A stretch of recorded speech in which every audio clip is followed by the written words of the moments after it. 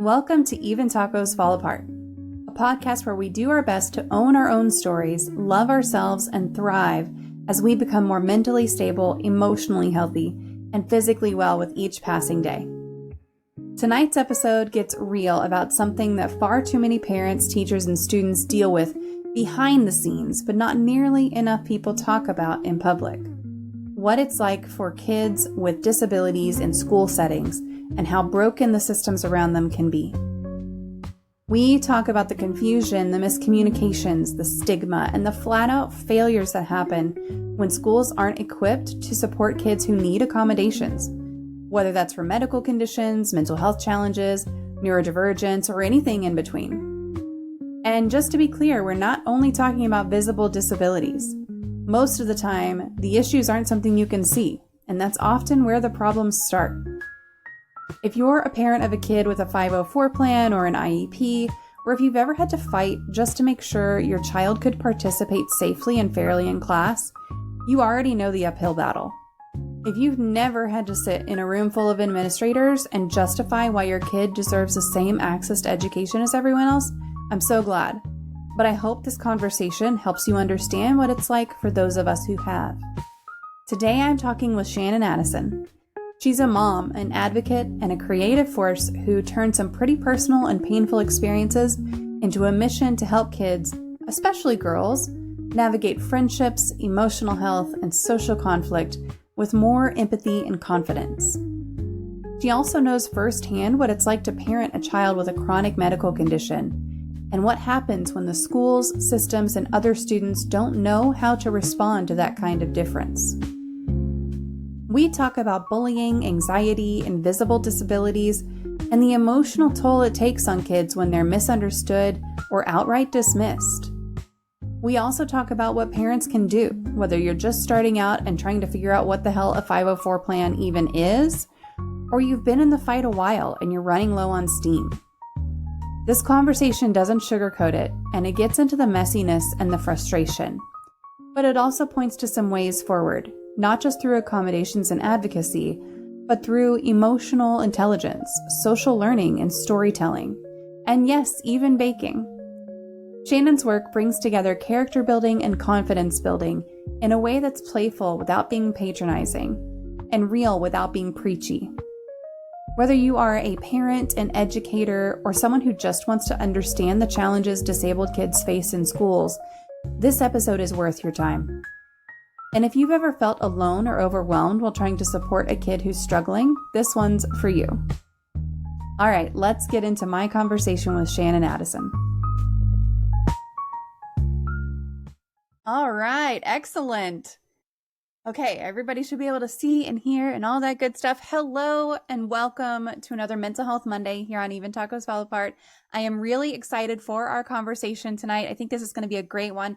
Before we get started, a couple of reminders. We do have a question queue open if you are interested in asking any questions. Our topic tonight is disabilities and youth in schools. We're going to talk a little bit about that, a little bit about anxiety, just a little bit about parenting in school and kids and youth in general. So feel free to ask any questions while we are here, while we are live. I am also, if you are here with us on Twitch, I'm going to open a giveaway that you are welcome to enter. This is for a free baking box and a free catch the match game. So exclamation point chicken dinner will put you into that. We'll put you into that giveaway. So feel free to. Oh, you know what? I better change this tag that says giveaway into chicken dinner. I forgot about that. Let me do that, and we will get rolling here. Giveaway, live Q&A. There we go. Listen, sometimes you got to do last minute things, last minute on the fly. That's okay. But I am joined tonight by the wonderful Shannon Addison. Shannon, thank you for taking the time out today to join us. Oh, you're very welcome. I'm happy to be here and love talking about this particular topic, especially considering that I have a child with a disability and know what it's like to parent a child with a disability. And I can imagine right now there's a lot of fear and confusion and frustration with parents. So I'm looking forward to our discussion. Yeah, there most definitely is. I also have a kid with a disability, and it's sometimes it's really scary whenever you're not sure about anything. It's one of those things that's Hmm. like, I got to figure all this out on my own. And it can be really daunting just to kind of start. Where do you even start and all of that? So, but we're going to Exactly. we're going to get into all of that. Really We excited are. for this. I think it's going to be wonderful. If you guys want to enter the giveaway, again, exclamation point chicken dinner, and we'll get that going. But if you have any questions, just pop them into the chat. So today I am talking with Shannon Addison. She is a writer, a speaker, and a mom who turned personal experience into purpose. After seeing the impact of relational aggression and anxiety in her daughter's life, she created My Crummy World, a story driven brand that helps young girls build confidence, navigate friendships, and strengthen emotional health through engaging stories, baking activities, and problem solving adventures. Her characters, the breadcrumbs, which you might see right behind her there, empower kids in a fun and relatable way. Shannon is passionate about helping parents and educators foster strong emotional connections with young girls, and I am excited to dive into her insights on disabilities and youth in schools. If you are looking to connect with Shannon anywhere, I have several socials for you. It looks like Haplo is here from Threads, so you're already able to connect right there. But if you are looking for website, Facebook, Instagram, LinkedIn, TikTok, YouTube, I'm going to go ahead and post links for you guys. If you go and you join her on any of those, give her a follow, make sure you grab a couple of posts, put a comment on them, give them a like. All those things help the algorithm. That's really what helps that discoverability. So make sure that you do that as a personal favor to me, of course. So, Shannon, I'm really excited to dive into this. Can you tell us a little bit more about your experiences and what made you become interested in working with kids, especially with this focus on mental health? Absolutely. So when my daughters were young and I had an opportunity to spend time volunteering at the school, it allowed me to really take a look at what was going on in schools. And the first thing I noticed watching girls, especially girls interacting at lunch, and I talk about this a lot with people when I talk about my why and where it started. But it was fascinating to me to see. I was watching the girls at the next lunch table, and the fact that there were two girls that were picking on another girl, Mm, and they were able to do this under the watchful eye of the lunch aide and other adults, teachers that were in the room. And it's because girls have become very adept at flying under the radar with respect to cruelty and bullying type behaviors. mm, And this took me back to my own experiences when I was in fifth grade and a bystander problem that I had because when I was not the one being picked on, oftentimes I was not helping the person who was being picked on because mm-hmm, I was fearful that I was going to be the next target. But as I watched this and I saw, it's like looking at this and thinking, not only do girls have to deal with this at school, they can't escape it. I could. When I was in fifth grade, I could go home and my problems essentially were gone until I got up and went to school. mm-hmm. And that became my biggest issue is I didn't want to go to school most days.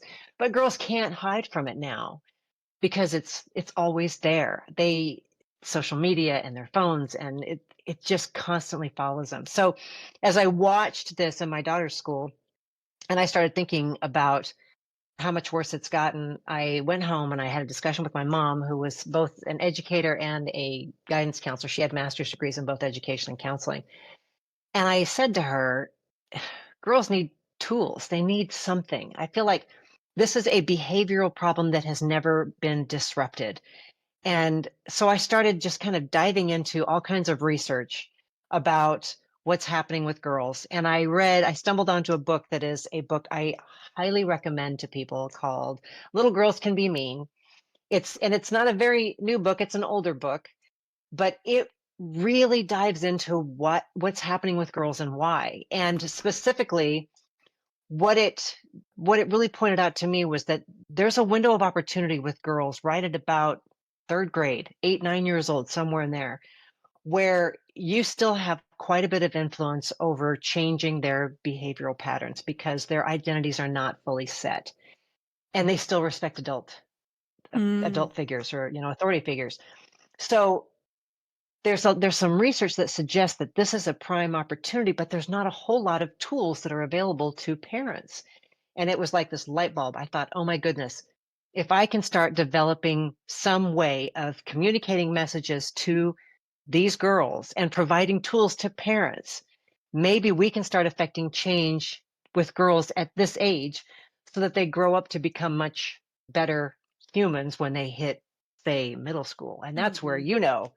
I mean, everything unravels in middle school. And that's Yeah. when kids are desperately trying to figure stuff out. And at that point, most girls' identities are pretty set. And that's why you see so much more of the cruelty and the bullying and everything else that goes along with it that just transfers right with those girls as they move through the school system. So I bounced this whole thing off of my mom at the time. She is no longer with us, sadly. But at that time, she said, "Oh my goodness, this is tremendous." And so I kind of coupled that thinking with this idea that I've always been fascinated by, and that is that if you leave a trail of breadcrumbs, that you can find your way back if you ever get lost. And I thought, we live in a society where girls are lost, and so they can follow a trail of breadcrumbs. And so I went to sleep and I woke up the next morning and thought, I'm going to create breadcrumbs and there'll be characters. And so Penelope Pumpernickel, Rachel Rice, Samantha Sourdough, Whitney Wheat, and PJ, Penelope's little sister, and her dog Pepper, they were born out of that idea, and they started leaving a trail. And the trail is stories and now recipes. I mean, at that time, I actually did not have recipes for all the different kinds of bread. Somebody actually said to me, "Why aren't you doing something with baking? They're all made of bread." And I mean, you look at them, they have bread heads. Yeah. And so during the pandemic, I literally taught myself how to bake all the different kinds of breads. And I broke it all down into the most simplistic format and the simplest terms, put it into a baking interactive baking book, and now I have My Crummy Guide to Baking and Friendship Making, which has recipes, but it also has stories and lessons and discussion prompts for parents. It's filled with tools for parents to start having the types of conversations that you need to have with your kids at the right age so that they are prepared to discuss a lot of these things that are going on. And these issues are happening with their friends. And there are parents who say, I don't really know how to even broach the topic. Mhm. Well, I'll show you how. It's not that hard. And it's so organic to have that kind of conversation in the kitchen, which I know that's a terrible pun, but that's a great place to do it where they don't feel like they're being interrogated. They Mm. actually, it feels like the conversation just flows naturally while you're doing something together. So you're making a connection and you're also developing the right kinds of communication. So that was really how it all came about. And of course, when I first started this, I had no idea that my youngest daughter, who is now an adult, that she would be subjected to even Mm. oh, it went so far beyond what I had seen through elementary school by the time she got to middle school and high school. And because she was diagnosed with a chronic medical condition, which from that point became a disability of hers that we had to deal with. And with that, I I really got a lot more insight into just how cruel girls can be. Yeah. And that kind of changed everything. And I had to step back from my business for years to care for her. And that again forced me not only to look at my business differently, but I had to look at this demographic a little bit differently too. I looked at girls and the way that they were relating to one another completely differently because I was seeing it through a lens of somebody who was going through so much torture. Mhm. And so now I talk about it pretty passionately with parents because it's become, it's just become kind of the center of why I do what I do. I mean, when I'm out talking about this and saying I really want to grow a kinder generation of girls, I mean it Mhm. because my daughter didn't walk at her own high school graduation because she was too anxious to be in the same room with three specific people. And I don't want other parents to go through that, and you don't Yeah. have to. But only if we really start taking a look at what's broken Mhm. with respect to how girls relate to each other and why they do what they do and start making some changes. And that's going to require parents to open their eyes and start paying attention to what is going on. So that's kind of the broad. And when I talk about this, I mean, I'm really talking about it from the vantage point of, yeah, you really want to be in tune with your kid to figure out if somebody's not being nice to them, if they're being bullied, but there's also the parents that have to look at their kids and ask very tough questions, because Mm. sometimes you are the parent of the kid who is the bully. And you have to know how to spot that also. It is incumbent on a parent to look at behaviors and really start asking questions. Is my kid mean? Is my kid really that mean kid? Is she the mean girl? Is she the bully? Is she the one who's causing problems with others at school? And I just don't think that that's very difficult for parents to figure out if they're taking a look and they're asking the right questions. Yeah. So I know it's a lot. No, I mean, listen, my why is a very long-winded why as well for what I do. So I get it. Like you ask me why and I'm like, buckle up for a story, okay?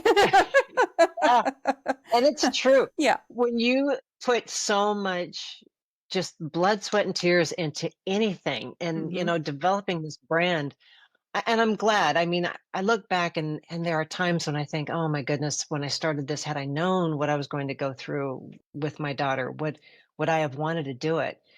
And there were times I would say, I could have told you the answer would have been an absolute flat no way. Mm-hmm. No way. I can't, because I couldn't serve two masters at that time. Yeah. And I mean, now I look at it and I think, this is giving me insight that I didn't have before. And so that gives me somewhat of a platform maybe to talk about it in a completely different way than I would have, Yeah. because I approach this so differently than I would have when I started. Mm-hmm. So You talked about during COVID learning all the different kinds of bread. And I know the bread making during COVID was like a big thing, but it's interesting that huge. you had this specific goal of these kinds of bread because I feel like I made a lot of beer bread, which I still make every now Hmm. and then. And my cousin made and sold beer bread even before COVID, so we had a great recipe for it already. But it's one of those things. I know my mom went through a really big focaccia learning phase, and Oh, like now she has this and sourdough I have starter. focaccia. Yeah, I so have like there's focaccia all recipes here kinds of too. stuff that different people did, but yours was really driven by like oh, I have this thing. Oh, I might as well just spend this time to do it now. You know, it's funny that it didn't occur to me before. And the Hmm. gal who asked me this question is somebody I highly, highly respect. She has her own business. And when she said, "Why aren't you doing something with baking?" And I thought, why am I not doing anything with baking? That's kind of, and the baking side of it has been a great hook, Hmm. because now when I go out and talk to people, every time I set up and I'm at vendor shows or wherever it is, and I wear a hat, and I mean, I've got a hat and apron set that I put in my baking boxes. But I mean, I look the part, and of course, that draws people in because Hmm. so many people say, "Hey, I like to bake," and boys and girls alike really Yeah. enjoy baking. And I sell quite a few of my baking boxes to parents of boys, because Hmm. boys are really getting into baking, which I think is fabulous. And it's a life skill. I mean, it's Yeah. something that is going to serve both boys and girls down the road. Hmm. So, yes. Well, let's talk about that a little bit because I, Excuse I me. know you've developed your platform to be mostly targeted towards girls. Is there a reason that it couldn't be used for boys as well? I know my son, in particular, especially in like kindergarten, first, second grade. Now he's in fifth grade, about to go into sixth grade. He's got a little bit better of a handle on how to address Mhm. the situation, but he was really picked on about some very specific things, not only disability related, but also like his favorite color is purple and he's a boy and that's boys aren't supposed to like purple. Well, he had a purple backpack because that's his favorite color. So he went through a lot of things like that. So just curious to know. I understand why you've kind of targeted this towards girls based on your personal experience, and but is there a reason it couldn't be used for boys as well? No, and in fact, I've been doing so over the last month, a little over. I've been conducting workshops at schools, and primarily for kindergarten, first, second grade, right about Hmm. there, where I have been doing a little baking. I say it's a baking presentation, but really we've been making dough because we aren't Hmm. cooking Yeah, anything at the yeah. school. But we're making dough together, and I've had classes that I've done this workshop where there have been more boys than girls. And I will tell them, I say, hey, all of you are going to receive a baking book. And I have my little measuring cups and spoons that work with my recipes. This is also in the baking box. And see, they're color coded and coordinated to work with the recipes. so that young bakers can figure out precise measurements. Oh, that's great. But I would tell these boys, I said, granted, these stories and the lessons in it, yes, you'll see the characters are girls and the stories talk about the issues and the problems that the girls are having in their friendships, but there's absolutely no reason why you wouldn't enjoy working with the recipes, reading some of the stories, and doing some of the other activities that are in the book. And the boys loved it. Yeah. So I will never dictate, this is only for, but Yeah. granted, with respect to the kinds of issues that they deal with, they are probably more in line with what girls deal with because I have girls, and the way that boys and girls communicate and bully, those differences become much, much more distinctive as they get older. By the time 5th, 6th, 7th grade, it's a completely different conversation. When they're younger, it's a little bit less so, and they can probably get, they can get some of the same concepts and apply it to things that they're doing. But from just a brush problem vantage point, you actually would need a different brush to deal with the boy issues and the girls issues as they get older. So, but younger, no. And I love having boys come in and say, I like to bake. And I say, well, there are plenty of recipes in there that you can pursue, and you can wear the hat and apron or not. It's up to you, but everything else, fair game. Yeah, I like that. And listen, turnabout's fair play, because historically a lot of books, a lot of parenting books, a lot of books that are targeted towards kids, they use, the male characters, and girls have to adapt to that. So if this is something that boys can adapt to, then that's just perfectly fine. In my opinion. I agree. So Rose is here and she has a great question. I do want to just point out, Rose, if you are interested in the giveaway tonight, type ! Chicken dinner, and that will get you into that giveaway. But Rose's question for you, Shannon, is do you know how to crochet and or knit? Oh my goodness. Okay, this is a great question and a kind of funny question, because I went out and purchased a knitting set because I wanted a little knitting kit. I wanted to teach myself how to knit. And I got home and I sat down and I attempted 2 or 3 times to begin knitting with this little knitting kit that I had purchased. And I got discouraged. And so my husband, who happened to be awake and watching TV, I walked in, I said, hey, can you figure out how to start this for me and show me in the morning? I said, I am exhausted. I'm going to sleep. But if you could just show me in the morning, that would be great. Well, I get up the next morning. He has already completed the project. So he is now the knitter. I love it. He's working on a sweater now, and actually has joined a knitting group and watches all kinds of knitting videos, and has knitted 4 or 5 different caps and is kind of expanding. And I think he's even knitted a scarf. He's a tremendous knitter, and I never did get back to it, but now I feel like it's kind of covered in our household and by my husband. So I love that. I think that's great. Yeah. Listen, if it's something that he can just do and get done, and then you don't have to carry that mental load, great, awesome, wonderful. And he loves it. So I bake, he knits, it works. You got it covered.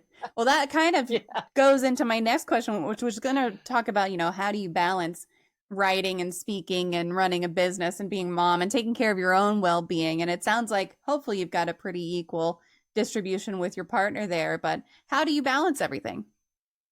Sometimes I balance it well. Sometimes I don't.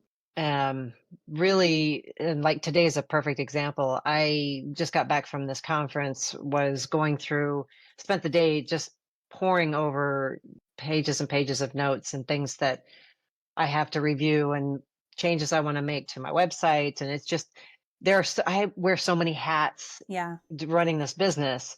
And I have wonderful people who are stepping in and working to help me. But I'm trying to build this business to where I can actually bring them into the fold. I have a great gal who her mind is always on PR things and thinks of things that I would never think of, because she's incredibly creative. And I have another gal who is working on becoming absolute killer animator. She's working on taking animation classes, and animation, and you're going to get me off on a tangent here, which I apologize, but animation is something that, and I have, granted, I do have the puppets, but when I go to these vendor fairs and vendor shows and I set up my booth, it is the easiest sell to talk to parents about what I'm doing and say, hey, these are the breadcrumbs. This is what they teach. This is what they do. I have this baking kit, blah, blah, blah, blah, blah. Here are my measuring cups and spoons and my hat and apron. And it's an easy sell. Now, if I could get to the point where a child recognizes my characters, that character recognition by kids would be a game changer for me. Yeah. So knowing that, with about a year ago, I met through the gal who does a lot of the PR for me. She happened to know her. I met this other gal who is working on developing animation and said, hey, let's start a YouTube channel. And so we did just a couple of months ago. We have over 1,000 subscribers. So we're doing well with that. That's something that we're really trying to build. And so you say, how do I maintain a balance right now? I'm not doing a good job because I'm trying to figure out how It's to hard. try to grow this as quickly as I can, but still balance everything. And it's like the YouTube channel is going to take a lot of time and energy, and my website are going to take a lot of time and energy. And so doing those two things without having people, and that's why I'm touting both of these people, they know who they are, and maybe they're watching. Without having them helping me, I wouldn't be going right now at the rate that I am, because it's a lot. It is a lot. So I think having people around you, and yes, having my knitter husband has been great. He's a tremendous support, but there are other people who have helped fill in gaps that I never could have filled in. So that's been a great resource. And I have to give credit where credit is due. And it's definitely with them. I would have been going crazy by now without them. Yeah. There's just no way. But check out my YouTube channel, anyone who's watching, My Crummy World, and please subscribe. Yes, There's my for plug sure. my For sure. YouTube channel. Yeah, I most definitely had a moment. I was trying to do everything all at once whenever I first started this podcast. Well, not when I first started this, because I started it right before COVID, and then COVID made me stop all of it anyway. So whenever I restarted it in 2023, it was kind of one of those things that I was trying to do the podcast and the live show and publishing to YouTube and doing all the social media and doing all this stuff. And I couldn't keep up with it. And so finally I was like, you know what? I'm going to cut it back. I'm going to only do the podcast part. I'll do the of course, the live show, because that's where all the content comes from. Right. But so we'll do the live show so we can get the community engagement, get everybody asking questions and everything. And then we'll also do the podcast itself. And I did that for a full year before I tried to add anything else. And so last year is the year that I added the YouTube channel back in. And so it's like I did that for a full year successfully without missing a week. And so now I'm like, okay, I feel like those are cemented as routine. And now maybe I'll pick something else to add back. And that's huge. That's huge. Yeah. That is, believe me, I understand that developing content consistently, it's a lot. Yep. It's a lot. Yeah. So I applaud you. I know how hard that is. It is.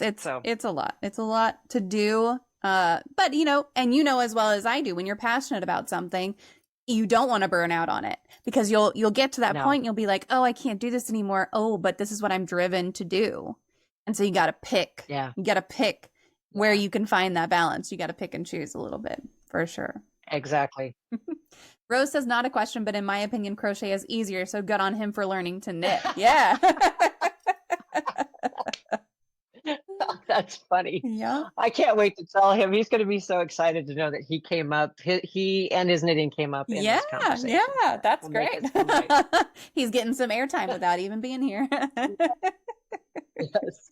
Well, and it's funny because our kids said there have been discussion about that he should start his own YouTube channel where he just knits quietly and he doesn't talk. And I said, the funny thing is, he could probably do that and develop a huge following just sitting and knitting quietly to like light jazz music without ever having to do or say anything else, Yeah. That's how things go. And meanwhile, I am trying to create content for the next, stories and yeah, don't get me. Yep. Well, this next question is not really related to the topic, but it's one that we talk about a lot on this channel because it seems to just come up. So do you have a true crime story that fascinates you? So I do. And I am not a true crime junkie, but I did get drawn into last year. It's called American Nightmare. And it was the story of, I believe the gal was called the real life Gone Girl. She was dubbed that. And I remember and Nancy Grace would just skewer this poor girl, this couple. She was kidnapped. She was bound and gagged, and he put duct tape goggles on her. Oh, And the whole thing was so bizarre. And there's like a 4-part series on Netflix, and it was last year that it was on. And it sounds so crazy. And of course, the husband is immediately the main suspect because he's telling this totally bizarre story. And I mean, as you watch it, and of course, I got sucked in. I'm like, oh, it was definitely him. He did it. He did it. He did it. And then all of a sudden, she's returned. The kidnapper drops her off, which makes the whole thing seem even more phony.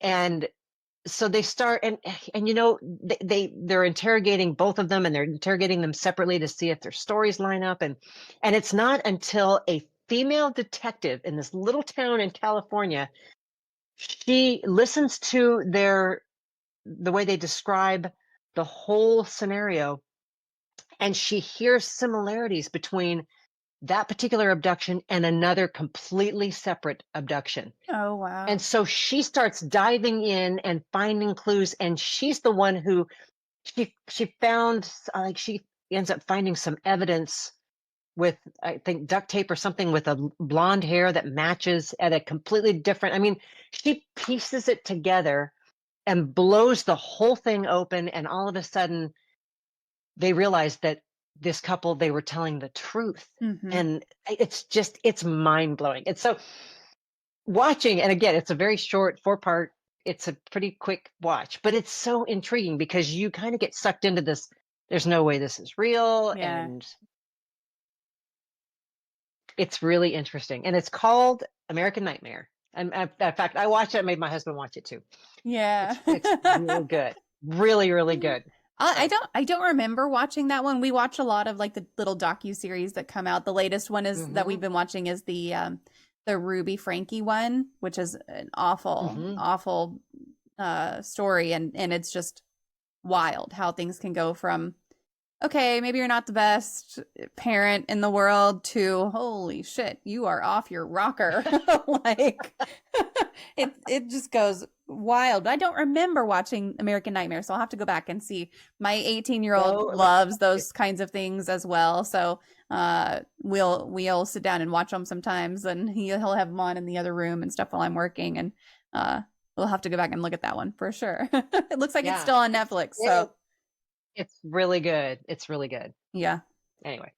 Rose says, I love the Gainesville Ripper story. It's a story behind Scream. Oh, interesting. I don't know if I've heard of that one. I'll have to look that one up because that one's not familiar to me. I didn't realize Scream was like a real thing. Tyrion is interrupting. Boy, he's like, pay attention to me. You're a good cat. You really are. He's here. He's like, you need to stop talking about this story. Yeah, he is. He really is. So he will not be ignored. No, he will not. No, he definitely does not want to be ignored. And he just wants me to pet him. That's all he wants. So getting back to the topic for the night, from your perspective, what are the biggest challenges that kids with disabilities face in school today? Oh my goodness. The list of this with challenges for kids in schools is long. I mean, from insufficient funding, inadequate accommodations, teachers, not enough teachers, not the right kinds of teachers. But I think when I look at this and I think about it, I really feel like the biggest challenge that's faced by a lot of these kids, and I speak specifically to my own, is that they're not seen. They really are Mm. not seen or understood. And nobody, we live in a world that is running on, I say, it's not even scan radio attention span anymore. See, if you remember, I know I'm dating myself, but scan radio at least Uh-huh. would go through and stop. And you would be stopped on a station for a good maybe 5 seconds, 7 seconds. We have blown past. Now it's not scan radio attention span anymore. It is now it's these kids scroll so fast through things that if you can't capture someone's attention so quickly Mm-hmm. and really communicate something to them so clearly and so precisely, so quickly, they will not give you enough time to make your point or to at least validate your feelings. So I feel like kids face so many more challenges in this short attention span society that we live in, trying to be heard and be understood and articulate what it is that they need from the people around them. And I watched this with my daughter as she slowly understood what it was that, her own affliction. And it was hard for her in the beginning to even understand what was going on with her body and how to respond to it and how to take care of herself. But then she had to articulate that to everybody else around her. Mm-hmm. And how do you do that when you have an inability to understand what's going on with you? How do you effectively communicate that to someone else? And is that her responsibility? Is that her job? It frustrates me because that's really where you need to have the kinds of adult figures who can intervene and who can help kind of teach that. But again, then you get into that's teaching empathy, and Mm-hmm. that's social and emotional learning. And I don't know. I feel like we're going in a direction where I don't even know how much of this in the future will be.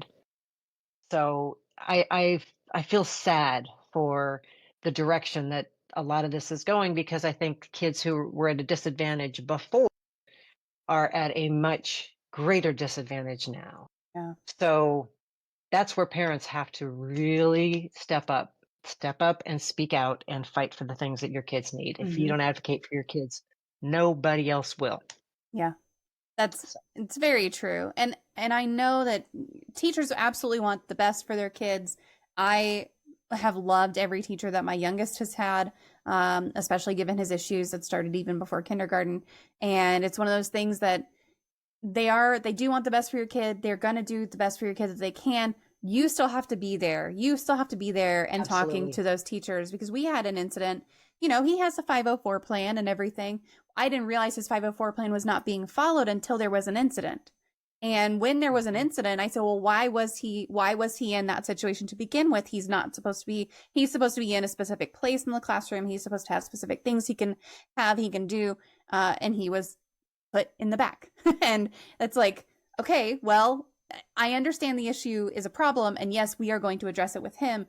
However, you also weren't following the plan that Yep. was in place. And why is that? And I realized at that point, it was just a couple of months into the school year. And I realized, oh, we didn't have a review. I spoke with his teacher. I spoke with his teacher at the beginning of the year and kind of explained some things. We didn't actually sit down and review his plan. They didn't set up the Mhm. review until November. And it was like, that's so many months into the school year. And I just realized, this is one of those years that I really should have called the school and set something up immediately whenever the school started. And I know that that's hard on timing for teachers and everything. But yeah, if you're not there and making sure that things are Yep. going the way that they need to be going, and then something happens, sure, you can react to it. Sure, you can get involved then. But I felt like it was a little bit on me to have contacted the school and said, hey, can I meet with the coordinator and also with the teachers that my son is seeing? And we can talk through his 504 Right. plan, make sure everything's going well in the classroom and everything. But yeah, you have to be the one monitoring You that, do. You do. checking in And on it. Even if yeah. it's in place, you are still the one Yeah. who has to be like, is this being followed? Because the teachers can't keep Yep. up with every piece of paper that the school administrators have. They just can't. Agreed. And they don't get paid Agreed. enough to I either. agree. I know. I know. No, you're exactly right. And I mean, I'm sure we'll touch on this some more as we go through some of these other questions. But yeah, that's parents. You learn this, especially as your kids, if they suffer from any kind of medical condition, I mean, we had to do this even just working through the medical community. If you suspect something's going on with your child, you have to advocate. Yeah. We wouldn't have found out what was going on with her unless we pushed. I mean, our pediatrician kind of brushed it off. We said, no, this is not usual. This is unusual this is something that's different. This goes above. This is not just, typical teenage girl anxiety. There's more going on. We had to push to get her seen by a specialist. We had to push. It's the same thing. You have to kind of take the gears and you have to control and you have to push and you have to advocate, especially if you know something's wrong with your kid, whether it's in the medical setting or in the school setting. Yeah. Same rules apply. It's funny you say that because I had totally forgotten, but I had to do the same thing with our pediatrician because my ex and I were separating and he didn't believe that anything was physically wrong with our kid and he was punishing for certain behaviors. And I was like, hey, he doesn't have control over that. Like, that's not actually something that he can control. And I went to see the pediatrician. I was like, hey, these are the things. And he was like, oh, that's just typical developmental. I was like, okay, that's your opinion. I want a second opinion. Please give us a referral to a neurologist. We went into the neurologist's office. We sat down in there with the neurologist. And within like 5 minutes, the neurologist was like, yeah, obviously. So you just have to be like, great, thanks for your opinion. You are not the end all be all. I would like to see someone else, please. And it can be really hard. It can be really scary. And sometimes I'm very fortunate that I was able to take the time off to go and do that. And yeah, it's just one of those things. It's like sometimes not everyone is going to be on your side immediately, and you do have to do a little bit of fighting for it. Exactly. Which is tough. Yep. What are some common misconceptions about children with disabilities in school settings? I think a lot of it really centers around the fact that I think there are some parents who think that kids with disabilities don't learn at the same rate, that there's something, I think that's comes from this whole misconception that disabilities are something that you can see. And a lot of times disabilities are invisible. Yeah. I know with our daughter, her disability is completely invisible, and same holds for ADHD, dyslexia, forms of anxiety. If you can't see it, it doesn't mean it's not there.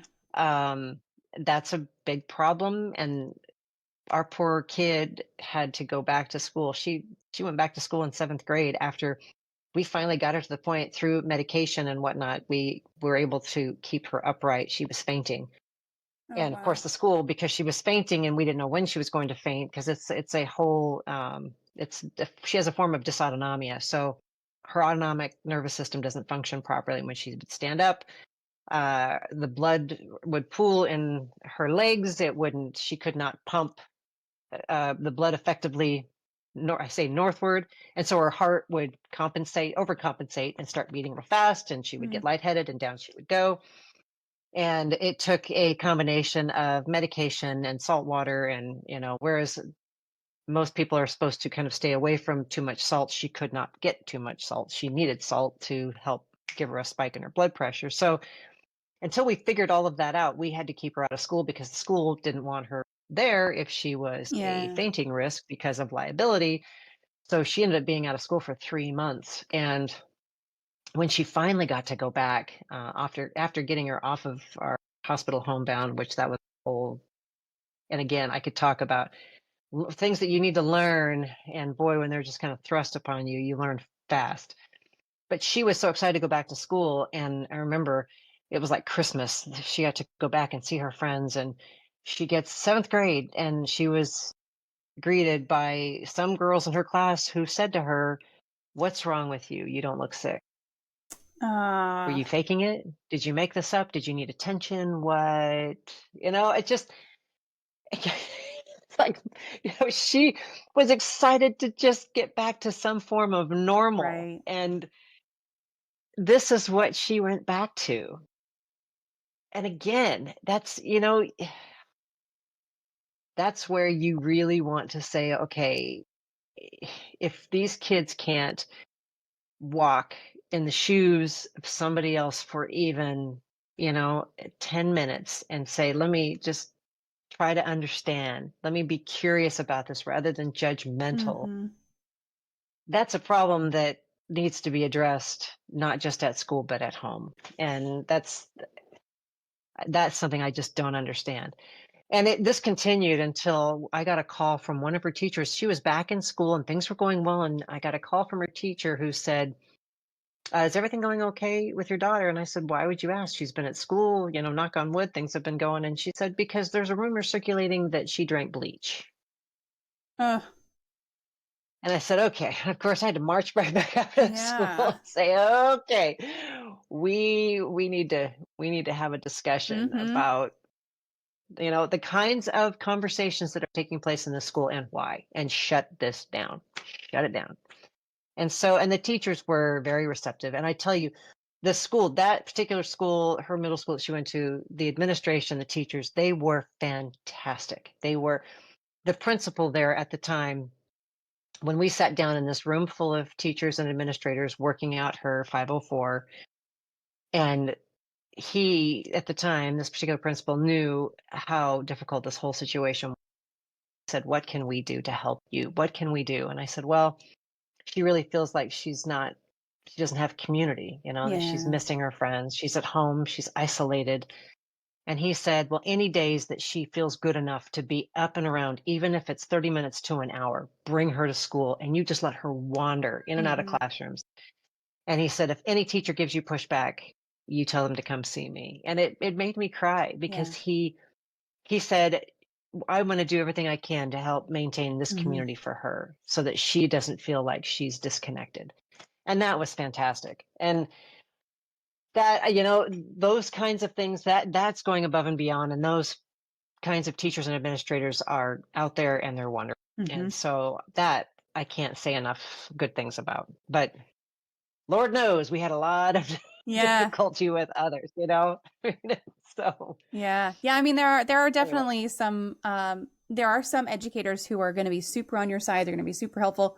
They're going to be super in your corner. There are some who aren't going to get it, and it's down to what kind of person they are. And I'm very glad that y'all were fortunate enough to have someone that supportive in that environment. I think that that's wonderful. I know that not everyone has that. I have been very fortunate with our schools that we have, that I have both of my kids going to. They've been very helpful. They've been very willing to work with whatever we need to work with.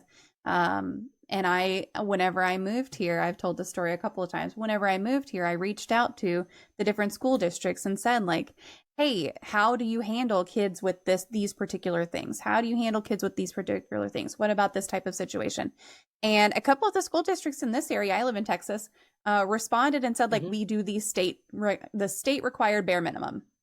And I'm like, cool, we're not going there. And exactly. but not everyone has the ability to say, I'm going to choose not to live in that school district. Not everyone has the ability to say that. I was very fortunate that I was already going to be moving back to this area, and I was able to just call my realtor and be like, knock these school districts off. We're not going anywhere with there. I don't care how good of a deal it is. It sometimes you can find the really good people in there who can help kind of advocate for that. I love what you said about the curiosity piece too. Just that bit of, I wish that other students would be a little bit curious. There's a great scene in a show called Ted Lasso. And if anyone has not seen Ted Lasso, highly, highly, highly recommend. There is a scene in there where Ted Lasso is a coach. He goes into a bar. He's challenged to a game of darts. And he gets down to the very last and he's like, how many do I need to win?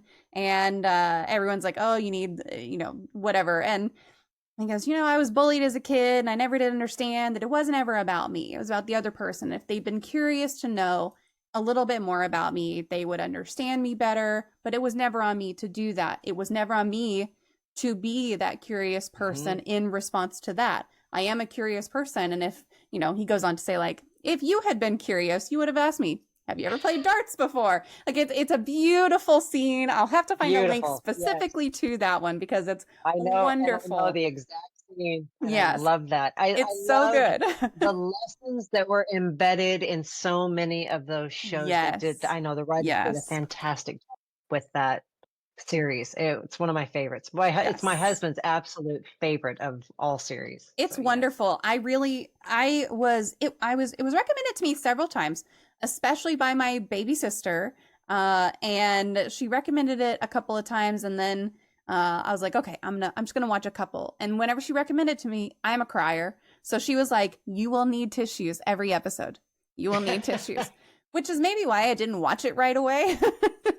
Yeah. But then I started watching it and I'm like, this is so good.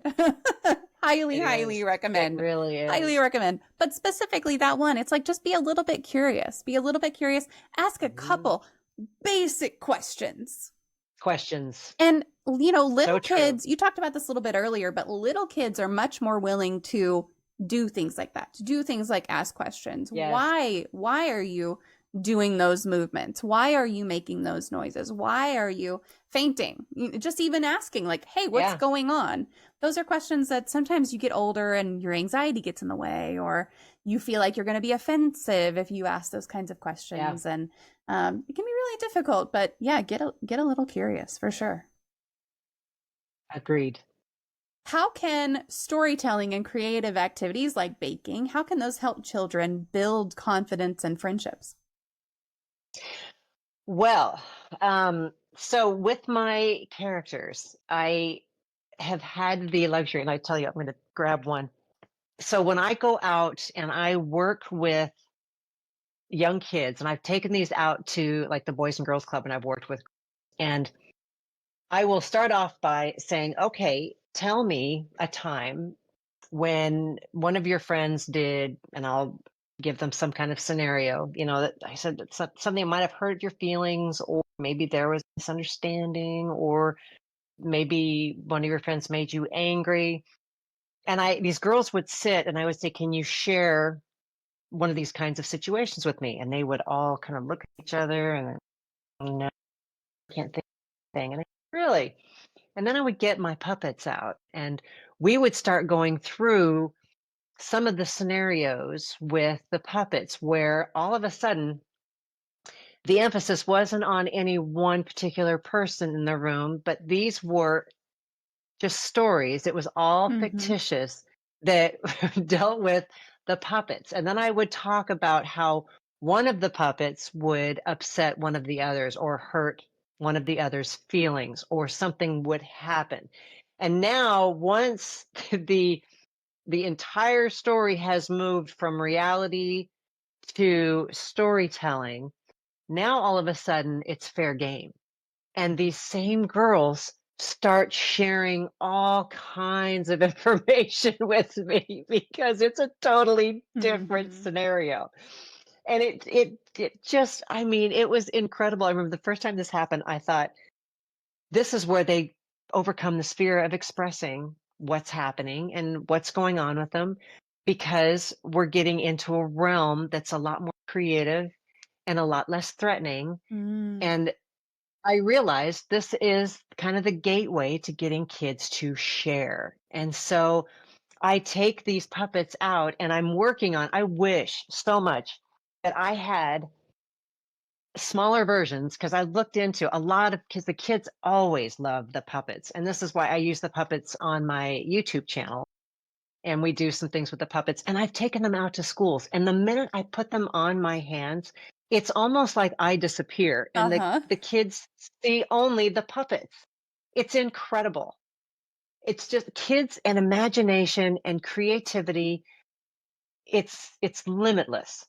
And so when I use them, and that's why when I talk to parents about this, I try to really emphasize, get into the stories, take the emphasis off of your kids, start talking about the stories with the puppets if you need to, in ways that are a lot less threatening and a lot less personal to your own kids, and see if they don't relate some of their own experiences with you. I think that's like this portal that you can enter and you can find out all kinds of things with your kids as long as you're talking about it in Mm-hmm. a completely different way. It's like when I talk to these kids at school, I say, well, we're talking about a problem that Whitney has. I mean, I'm sure none of you have this problem, but Whitney sure does.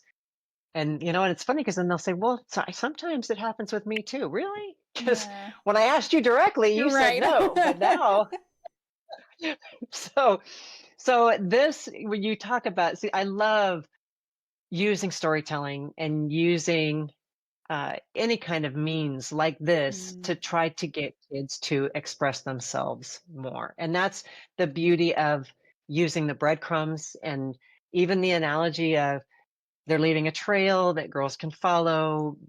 It's kind of taking yourself out of your own life and saying, okay, if we're going to look at the path that you're going to take.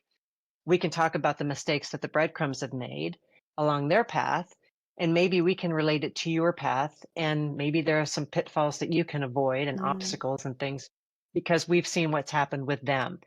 And then just kind of apply things. And I love using all of these kinds of metaphors and analogies with kids because I think it kind of takes them out of their own reality and it makes them so much more willing to share because kids love creativity and expression and storytelling. They love it. That's a world that they really need to be in more. They need to be out of their own reality so much more. And I mean, this gets me into, okay, if I'm going to promote any book on this, there is a book that I promote to parents more than any other. In fact, at this conference that I just left, somebody asked me point blank, as a parent with kids who are grown, if you were to recommend a book to me, and I mean, besides The Little Girls Can Be Mean, which is a very good book, I recommend The Anxious Generation by Jonathan Haidt, Haidt. Parents with kids need to read this book.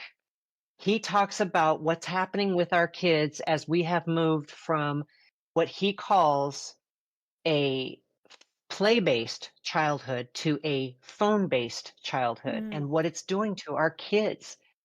We need kids need play. They need play with their peers. They need that feedback. They need a group of their own aged peers, and sometimes even just slightly older, are going to do more in terms of giving them feedback about the way they handle themselves, how to negotiate things, how to play fairly, really what the limits are in terms of their behavior. They will learn more from just play with their peers than they will learn anywhere. And they will not learn this being tied to their phones or iPads and playing games or just stuck in their rooms, really not exploring the whole world of play.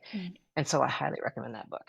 Yeah, that highly, highly, highly I recommend just that book. posted a link to it so if anybody's looking for it, and I'm also going to add it to my want to read as well. Of course, Oh, one of my kids is grown, but the other one's only 11, so But it's still, there's so much good info. yeah. And especially if you have a child who is 11, it's definitely a good time to read it because it gets, and he talks very, very specifically and very pointedly about where the routes that both boys and girls take as they grow and the challenges that await them.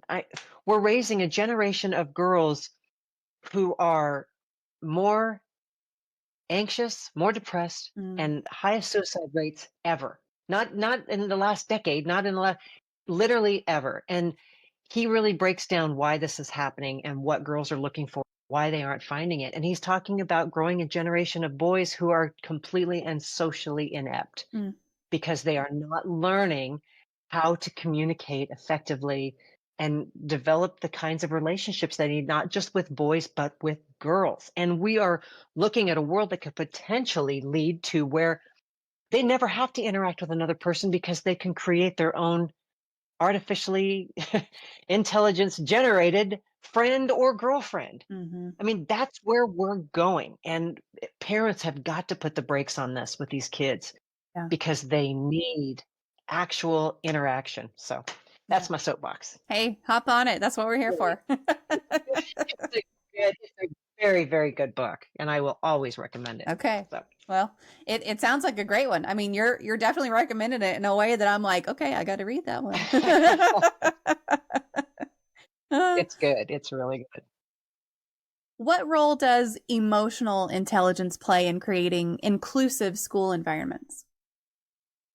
So emotional intelligence. This is one where I really feel like the key with kids, and I touched on this when discussing my daughter and her friend, Hmm. and that is empathy, empathy, empathy, empathy. That is such a hard concept to teach kids. And I was looking back trying to think how we can do that with kids that would actually be meaningful to them. And I know there have been other experiments that have done in the past, and this, I'm sure I'm totally dating myself, but there was a gal named Jane Elliott who back in 1968, she did this experiment where she had a classroom, and it was just a classroom with, I think it was all white kids, but she separated them.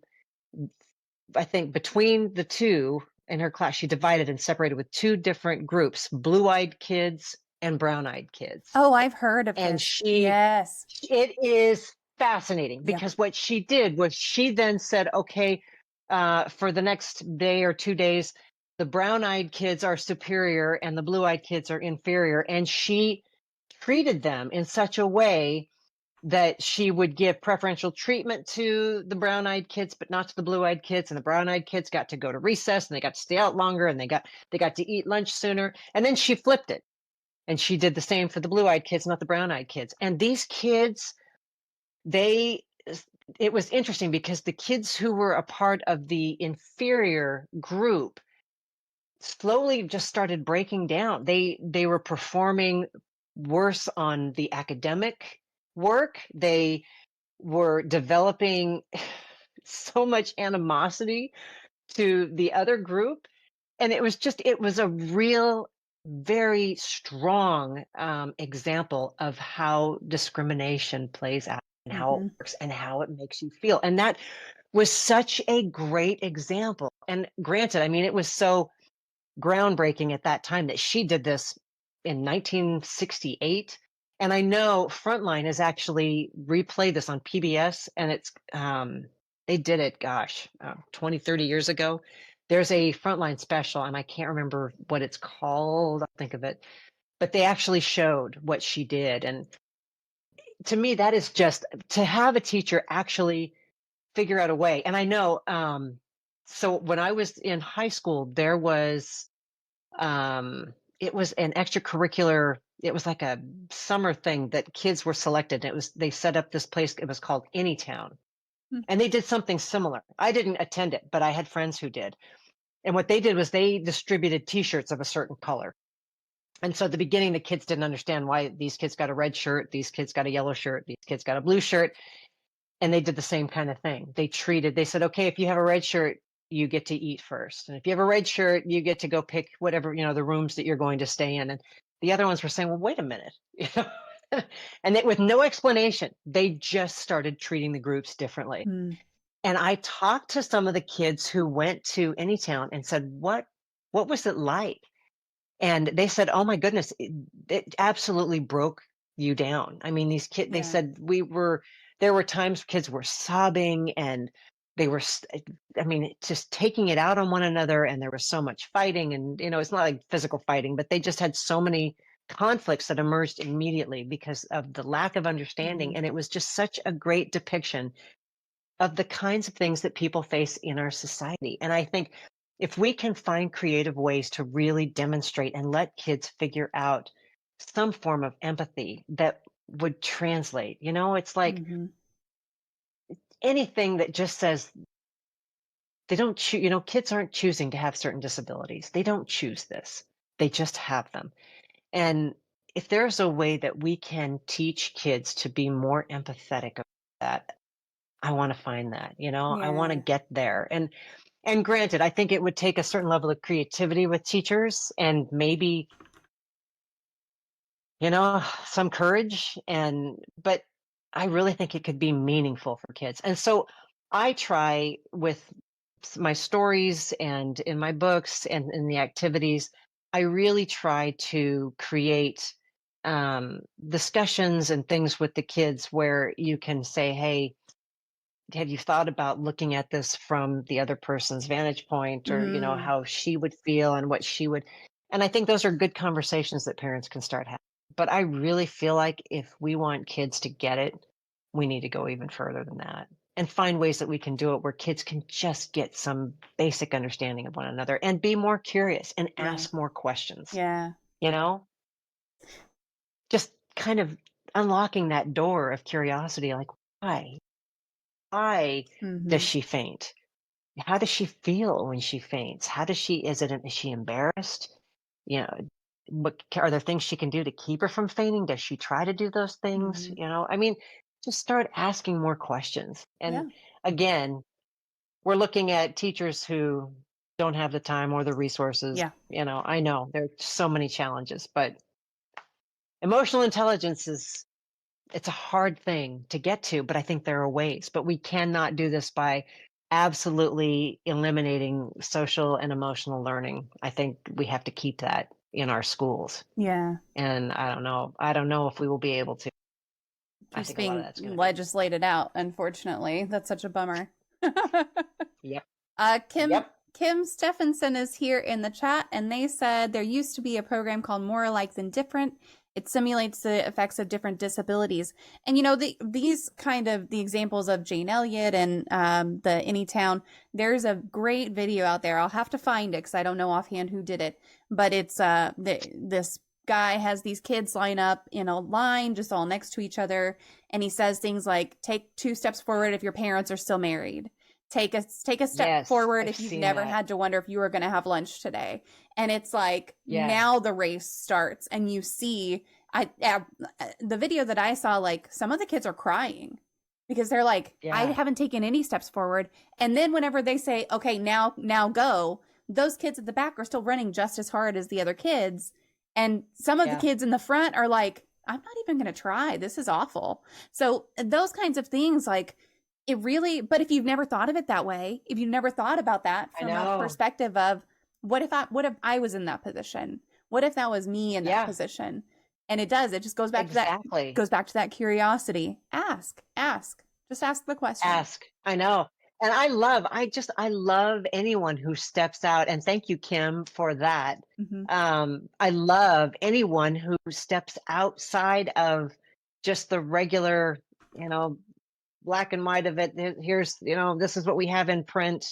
This is what we know, but actually moves into some of this gray area where maybe kids can ask more questions and kind of feel out, a little bit more emotionally of what others experience. I love examples like that. I Yeah. think it really pushes kids to think more about Yeah. what's happening. So Yep. It really love that. does. I know we talked about parents, or not parents, but well, I mean parents too, but teachers being stretched thin, for sure. But is there a way for parents and teachers to work together to support kids with disabilities and encourage their classmates to be more understanding? Yeah, we touched on this before. I 100% have to tell parents this is one area where you have to find out everything that you need to know. You need to know what an IEP is. You have to know these things.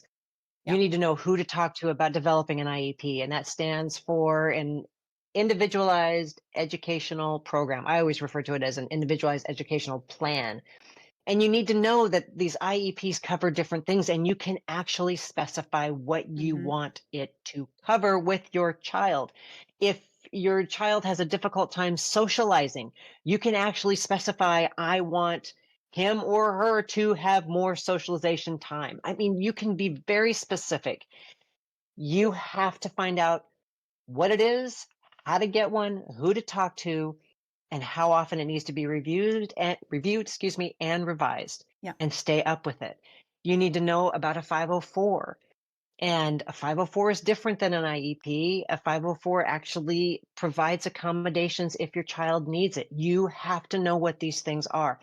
And a lot of parents may not know that their child does qualify for an IEP or a 504. If your child is gifted, they need an IEP.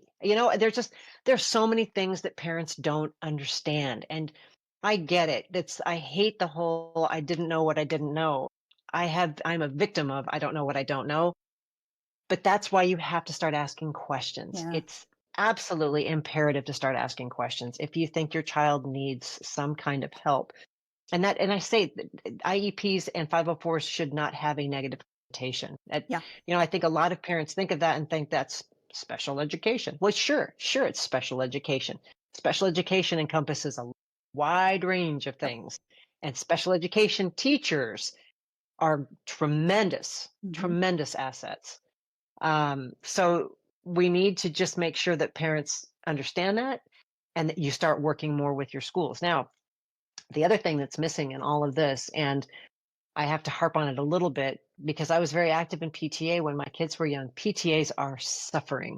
Parents are not getting involved. Parents should be involved in their kids' school as much as they can be. And I know times are tough and parents are working, both parents are working much more than ever before. There are more two-parent households. I get all of that. I know. But if there are ways that you can still find some kind of connection to your child's school, whether it be once or twice a month, that you can check in and you can do things and your kid sees you as a part of that school and being involved in school, it will do wonders for your child and for that school.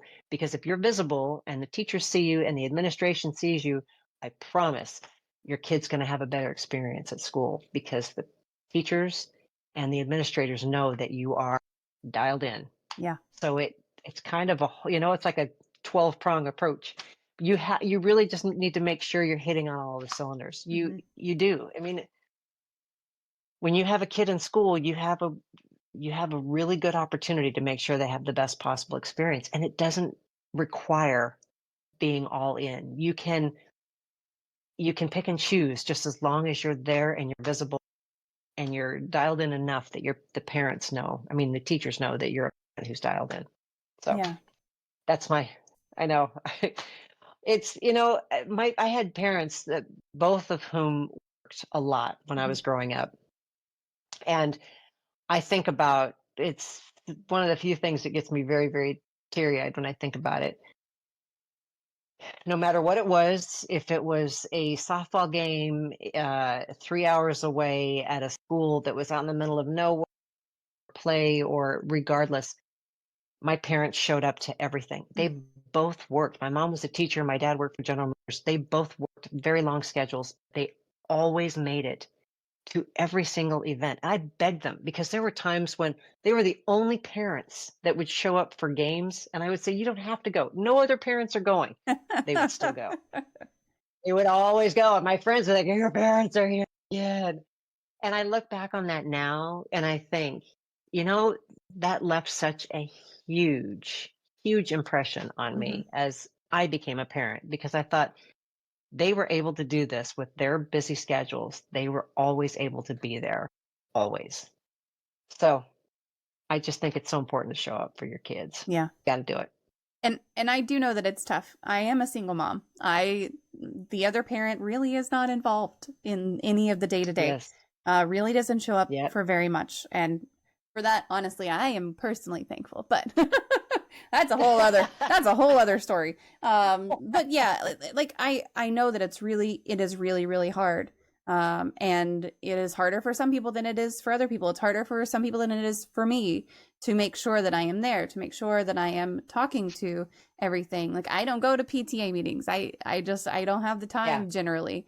I'm having to call in help all the time to be like, hey, that on this Thursday, my youngest has jujitsu and I have to go to a meeting at the junior high because he's being put into some sort of advanced class and they want to talk about it. And so I'm like, okay, I need someone to take him to jujitsu so that I can go to this thing over here. Cause it's just me. Unfortunately, My 18-year-old Yep. can drive. My sister lives nearby. My dad is retired. He lives nearby. Like I've got support and I've got help. But it's a matter of just asking and making sure that I am everywhere Absolutely. all at once in some way, shape, or I form. know. But it's hard. No. It's hard. And I tell you, and there's no doubt about it. And I know I've talked to so many. I can say that while I have not had to go it alone, and in terms of single parenting, being married to somebody who's former military, we've been through deployments. So I've had periods of single parenting. And I know you go into survival mode. I mean, you get to the point where you're like, hey, if these kids are alive at the end of the day, I've done my job. Yeah. I mean, anything above and beyond that, no. Yep. So I get it. I get that. But I tell you, I have met a lot of single parents who still they are very choosy about where they spend their time, and they make sure they inject just enough of it in the right places so that they're seen. They're seen at the right time and they're heard at the right time. Yeah. And again, you're right. You have to pick and choose very wisely. Yeah, you really do. But again, I mean, none of that has stopped you from advocating for your kids every step of the way in the best way that you can. Yeah. Yeah, most definitely. Most definitely.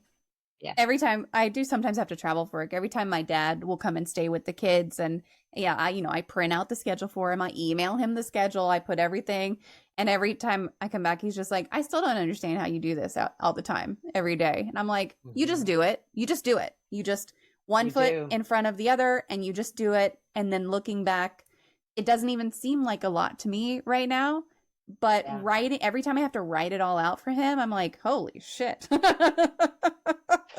But how great to have extended family around you. Yeah. That's one thing I Most have definitely. always been envious of, because we were a military family. I have never lived close to family, and I've never had the parent close by that I could drop my kids off with.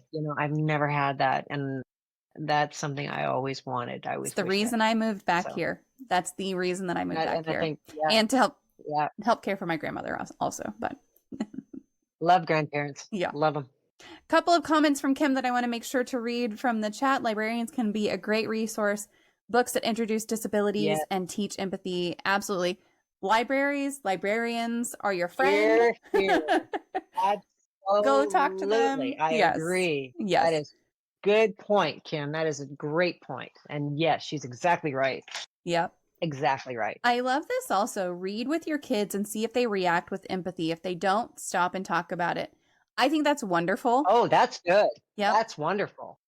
Get a story and that again, that is a great way to, when you're reading with your kids, that's demonstrating that when you're reading, actually be, and I know some nights I get it. Some nights you're just like, I'm reading a story as fast as I can. I'm going to bed. I'm tired. I feel like we're going to get through the story. Yep.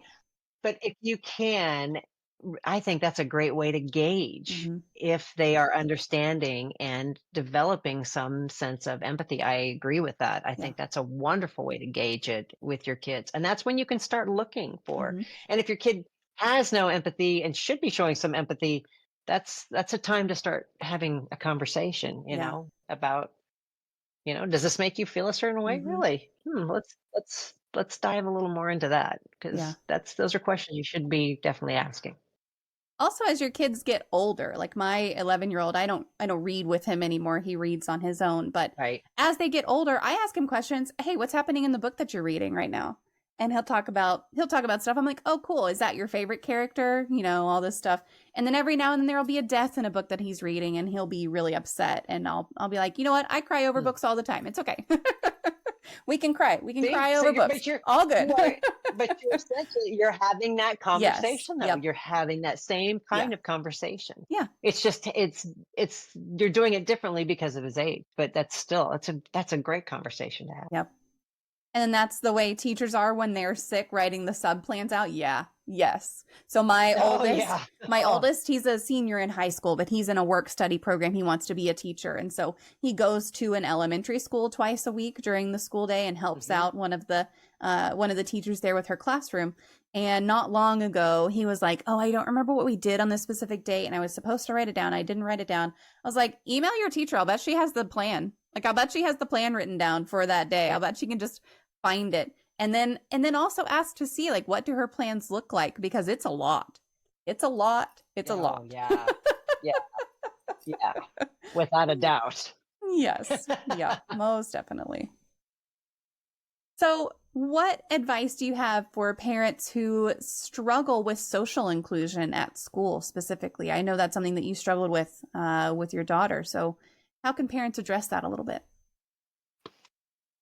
So there are, and it's a difficult one.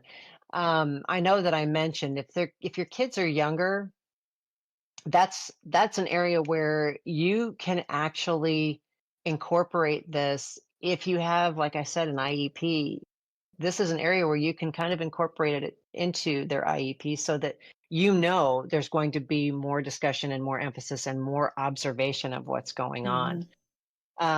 This really is where you have to feel like you have that kind of relationship with the instructor, the teacher, their other administrators, the guidance counselor at the school to have these kinds of conversations. And they're not going to be easy to have all the time, but it's tough. Because that's something that you'll be able to do more about when they're younger, because I think you can actually take a more active role. As they get older, a lot of times you aren't going to be able to see it as much, and they aren't going to talk to you about it nearly as much. And that's why it's so much better to try to utilize the resources that you have available to you when they're young. But what I do with the reason that I have my brand and try to work with parents and grandparents, because you brought it up with your dad, is trying to create the kind of relationship with your little one so that they will come to you and bring these things to you. I think if you start having these conversations when they're younger and they learn that they can bring you the small stuff, I love telling parents, and I tell you, I feel kind of bad because one night I literally had to just cut, my husband off before he said, our daughter came in, she second or third grade, and she came trotting into our room, and it was probably 9:30, 10 o'clock at night. And we go to bed really early around, my husband and I, we've always been to bed early. That's just who we are. But I heard her up and she was coming in and said, Mom, you're never going to believe what, so-and-so said to me or what happened at school today. And my husband started to say, honey, it's, after your bedtime, you need to be in bed. I knew that's what he was like. No, we're going to sleep. Don't bring this in here. And I had to say, shh, hold on. This is something that's keeping her up. She's not sleeping because this is on her mind. She wants to talk about it. I want her to talk about it. And so she came over and I said, what's going on? Tell me.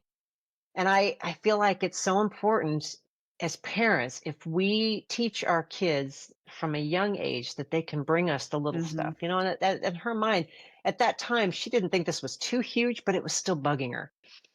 If they come to you with the little stuff and you don't dismiss them, they'll come to you with the big stuff. And that's something that you slowly build up as you go along. And that's that trust relationship.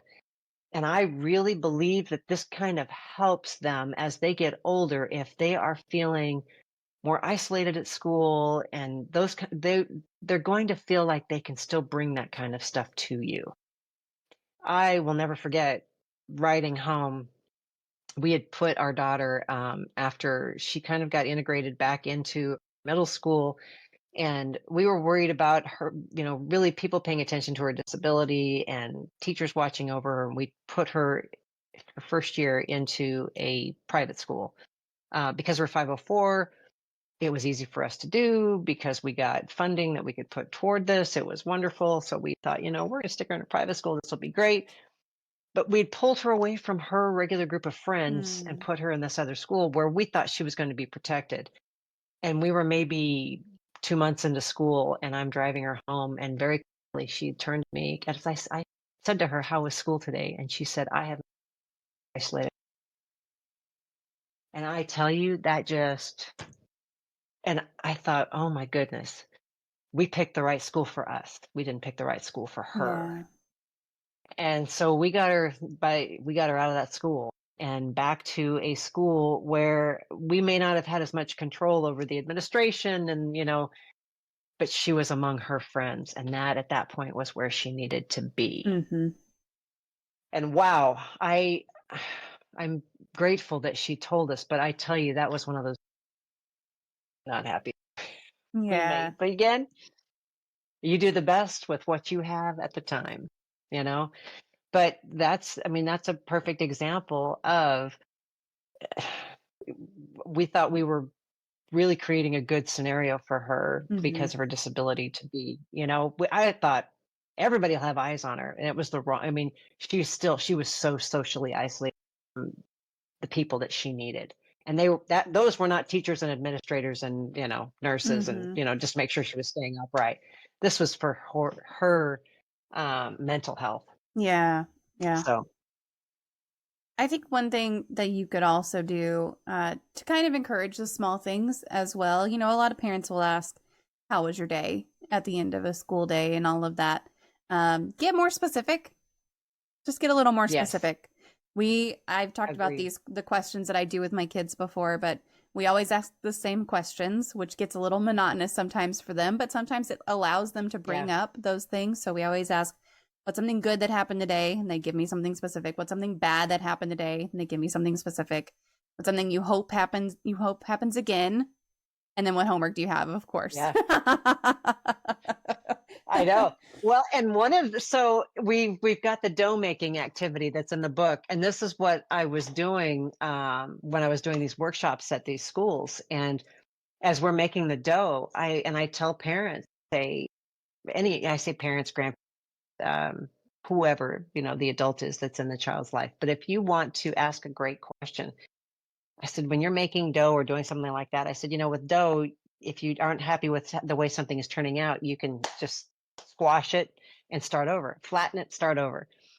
And so I said, if you look at life that way, can you imagine how wonderful it would be if you could change something in your life just that quickly, Mm-hmm. that easily? So, and then I say, so if you could change something in your life, and boy, that's a really interesting, that's something that, and I've had kids that'll immediately say, you know, I would change classrooms so I wouldn't have to be around this kid, or I would change, it's just, it's interesting to ask. That's a very specific question that you can take from an everyday activity, Mm-hmm. and those kinds of questions are great because you're very specific, and it forces them to be a little bit more thoughtful about, I like that one. I wrote it down because I definitely want to ask my kids, although I suspect I know what their answers are going to be. So we'll see. We'll see how spot on I am. We'll see how spot on I am with those. And maybe I'll get even more specific and say, like, is there anything not at home that you wish you could change in your life? My feeling is I think you probably have some pretty good conversations with your Yes. kids. Yeah. Yeah. No, I really do. And both of my kids are really Yeah. great. Yeah. No complaints there, but they're going to say that, like, don't make us do the dishes is pretty much what, Wow. yeah, they're going to say stuff like that. And that's valid. I'm sorry, but that is valid. It is, but I don't like doing the dishes, so it's their chore. I don't either. I get it. Yep. Rose, of course, if you've got something to share, absolutely share it. Kim says TikTok chatty dad talks about switching from, is there something you want to talk about tonight, which is a yes or no question. He switched to, what do you want to tell me or talk about? And his kids have learned to save things for that part of bedtime. Yes, I think my kids save stuff up for the ritual of the questions also. Yeah. They'll specifically remember, especially the something bad. It's important for them to know you can talk, and you can and should talk about things that are bad as well as talk about things that are good. But yeah, I like because if you ask a teenager, especially, how was your day? Fine. Is there something you want to talk about? Oh, no. Like, yeah, no. Asking those where they can just give you that one word answer. Of course, they're going to opt for that. Of course, because it's easy. Yeah. You can always use what was the one thing today that gave you the most joy or that surprised you the most, and what was the thing that challenged you the most, or What was the most difficult thing you had to deal with today? I mean, there are so many ways to frame where you can Yeah. say, let's talk about something that you're so grateful for that today, and maybe let's talk about that you weren't very happy about. Yep. I like So, that. I know we've talked a little bit about anxiety, and it's very common, especially for kids who feel different. How can parents help their kids cope with that feeling of I'm anxious or that feeling of dread sometimes? anxiety is a tough one. And depending on their level, there are there are all kinds of resources, and I know this just from having a kid with debilitating anxiety. We reached a point where I knew it was far beyond my ability to help her. But I had to actually do a deep dive into it myself. Mm, I have had anxious moments, and not what I would say like panic attack moments, but I've had extremely anxious moments in my life.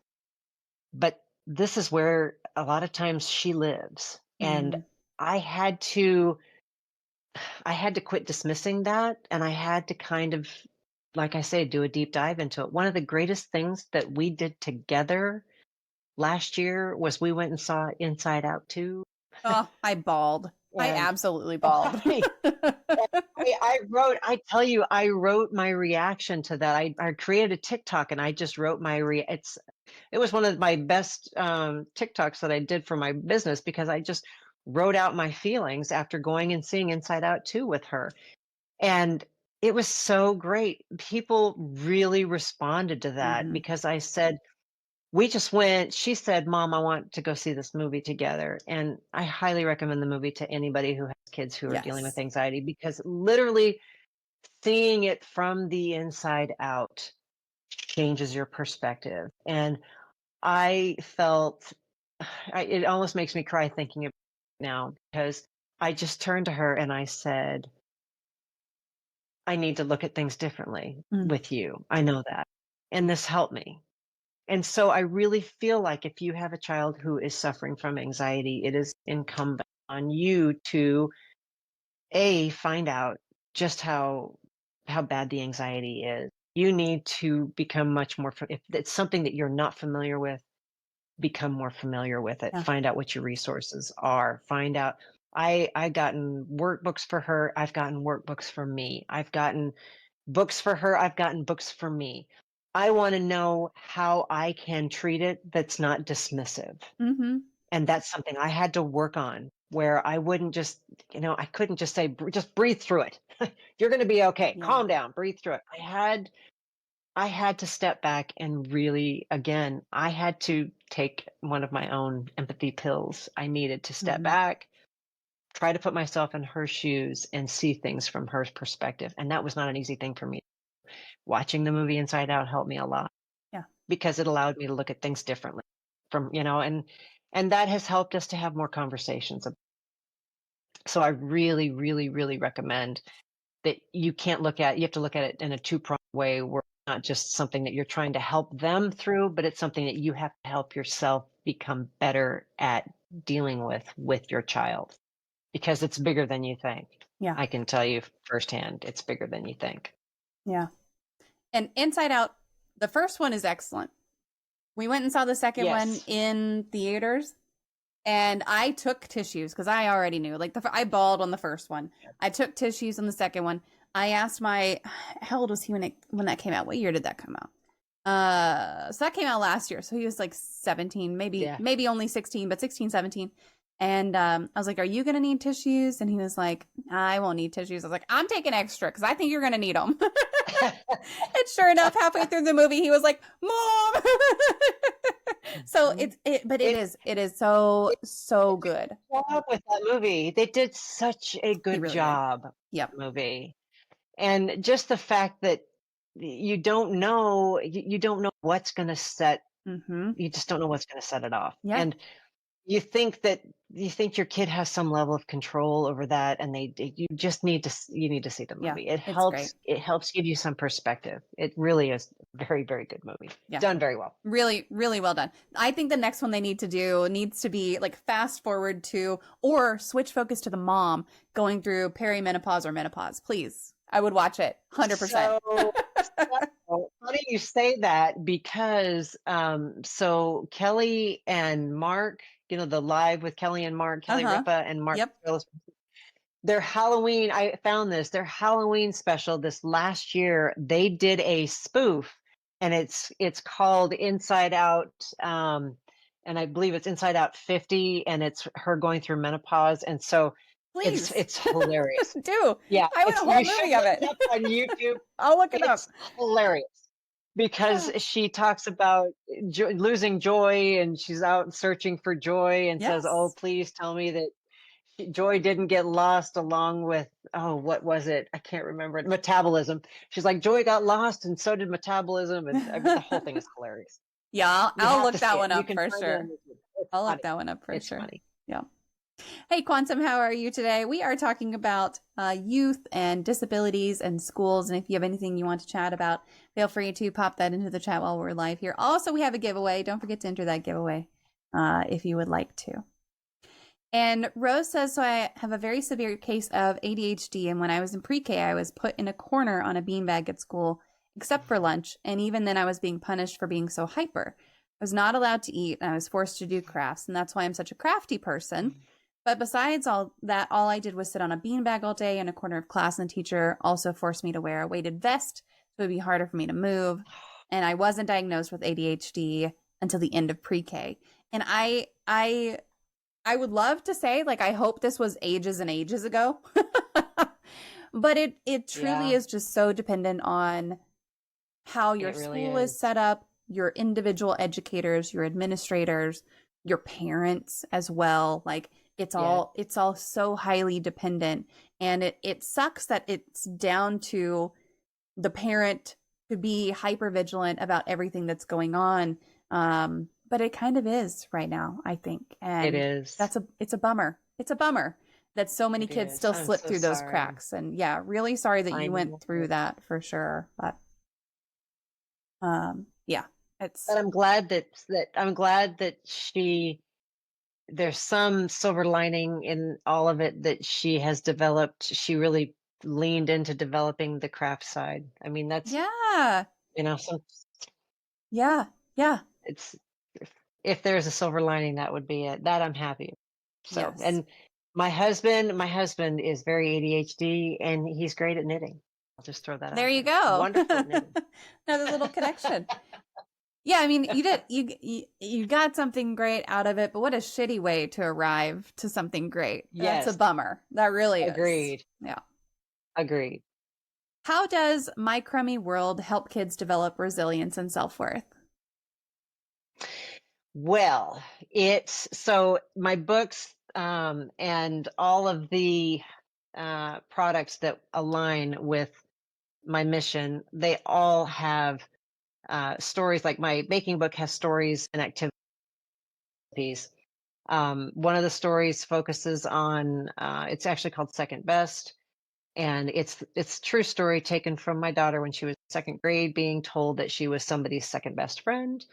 And then she immediately burst into tears. And at the time, I did not know how to respond to her. And so we go through the story, and at the end, there are discussion prompts. And essentially what it is having a discussion with kids about, hey, if you are going to rank your friendships, which a lot of girls do, that's more of a girl thing than a boy thing.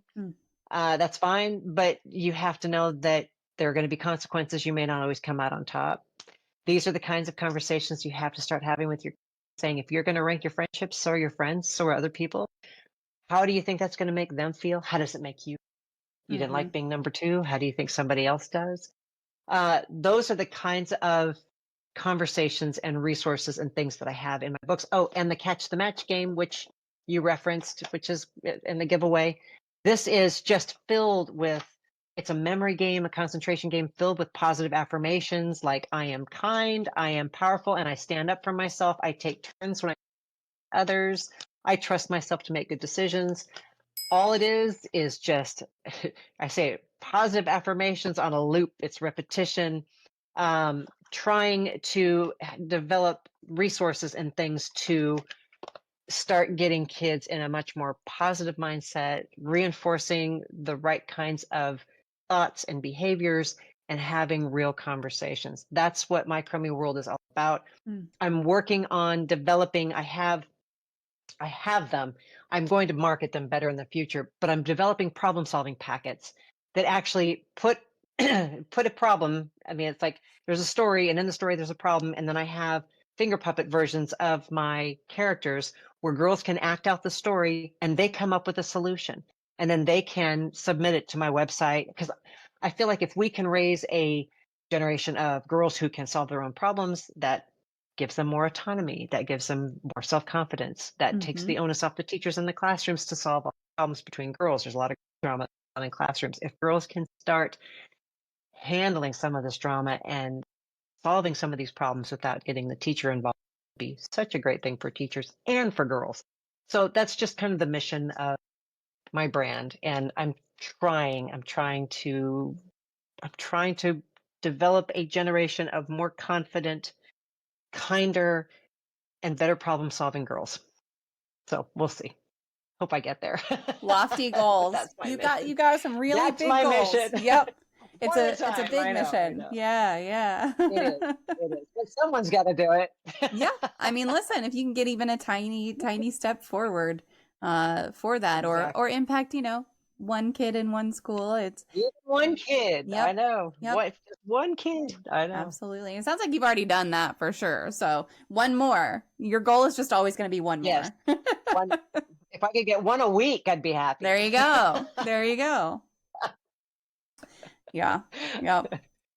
Are there any additional specific programs or resources you recommend for parents who are navigating the school system with a child who has disabilities? I know you mentioned a couple of books. Anything else that you want to throw out there? Yeah. It's like I said, I think parents need to make sure that you know where to go to look for, if it's an IEP or a 504, do you know where to find that information? Online, there are all kinds of resources. I know I met with a gal, she's a teacher, and she's got lots of resources for teachers, and I think I think it's Mrs. D's Corner. I hope I got that right. And she's actually somewhat local to me. She's in the same area, and she has a huge following on social media. And she talks about IEPs and 504s and how to do the pay. By just finding that person or finding that resource is a great place to start if you have a child with a disability. And again, the other thing you have to do is you can't be afraid to reach out and start asking the right questions of medical to even. So many parents are afraid of diagnoses, and I'm not saying just in search of a diagnosis. You're an answer, and an answer will help your child ultimately. It'll help them pave the way to getting the accommodations and the resources they need, or if it's an IEP, an actual plan that fits. It's molded to what their specific needs are. These are things you have to do, and of course, I throw out, there are so many great books that you should be reading. The ones I've thrown out today are focused more on the things that I'm interested in at the moment, which of course are trying to change the behavior of girls, which is that girls can be mean, but the anxious generation is a big one. There are a couple of others. I'm not gonna, you should see my bookshelf. I have so many books. I'm going to stick with those for now. Okay. Because those I think are just so. I truly believe The Anxious Generation is a book that every parent needs to read right now. I think it's because of where we're going with technology. I think that parents need to have the edge. You need to know the enemy. Yeah. And the enemy is right in front of you. So yeah, it's but definitely one that's pretty much that I'm adding for sure. Yes. Yeah. Highly recommend.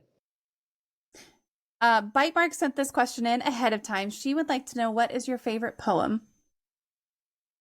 Oh, so my favorite poem is an Emily Dickinson poem. It's called Hope is the thing with feathers. And I had to look it up this morning. I've got it. It's very short and it's a wonderful poem. Hope is the thing with feathers that perches in the soul and sings the tune without the words and never stops at all. And sweetest in the gale is heard, and sore must be the storm that could abash the little bird that kept so many warm. I've heard it in the chillest land and on the strangest sea, yet never in extremity it asked a crumb of me. I love that because I feel like hope right now is something that people are clinging to Mm-hmm. in in the worst weather, in the highest wind. It's something that we have to hold on to because it's in some ways it's the only thing that we have, and it asks nothing of us in return. You know, that's the beautiful thing about hope is that it asks absolutely nothing of us, and it's something that we absolutely need to cling to with everything we have right now. Most definitely. So, What is your favorite life hack? so I kind of stole, I took a life hack that somebody shared with me at a conference too. Her name is Suzanne Castle. If you're out there, and I know there are other people out there who she is, she had us do this, like she calls it a brain dump, where you take a minute and you think of everything. Because I have a hard time, especially on Monday mornings, of prioritizing what I need to get done. Mm-hmm. And so what I'm doing now is I'm stealing her hack and I'm creating it in a child's version that I'm going to put on my website and parents can get it. I will have a downloadable version of this. I'm going to say within the next, give me a week or 2 weeks, I'm going to have it on there. But I'm calling it, and I have it actually, and I don't think I have it at my fingertips right now, but you'll see it. But I call it a brainstorm, and it has Rachel Rye, and she's got an umbrella. And so I'm telling kids just to brainstorm. And then during that brainstorm, anything they think of that they need to do, they want to do, like within the next week, just write it down. And it means fun things, difficult things, homework, extracurriculars, write it down. And then the next page, they separate their raindrops. So they write it into a little raindrop. I have all these big raindrops and they write them in the raindrops. And then on the next page, they take the raindrops and they divide them into 3 different buckets. And the buckets are what I absolutely have to do, what I can do if there's time, and what I might do if I have the option, but I don't really need to worry. So trying to teach kids at a younger age how to take this, Mm-hmm. to prioritize it, and to start getting things done, because I needed to do this so much more when I was younger and didn't. And I love this whole idea. So I'm adapting it and trying to make a version of it for kids. But I love doing it myself. I give myself like a minute and a half, 2 minutes, and I just think of everything I want to get done. Just let yourself go and think of all the things you need to get done.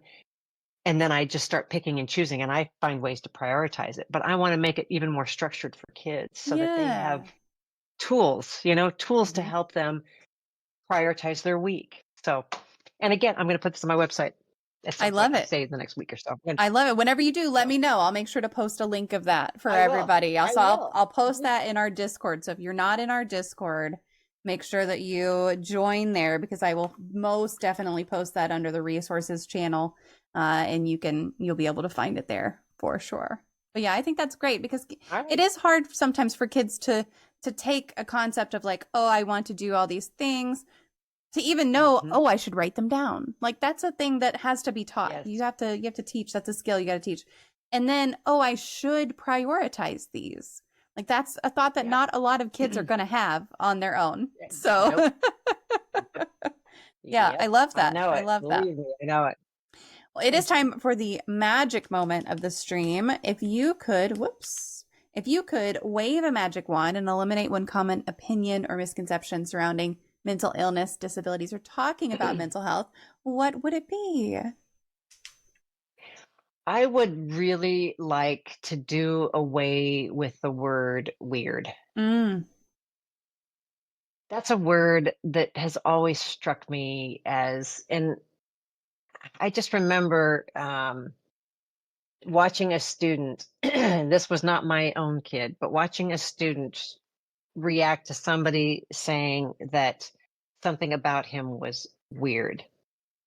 And And it's funny because for that particular student, what the other student was deeming as being weird was so normal for him.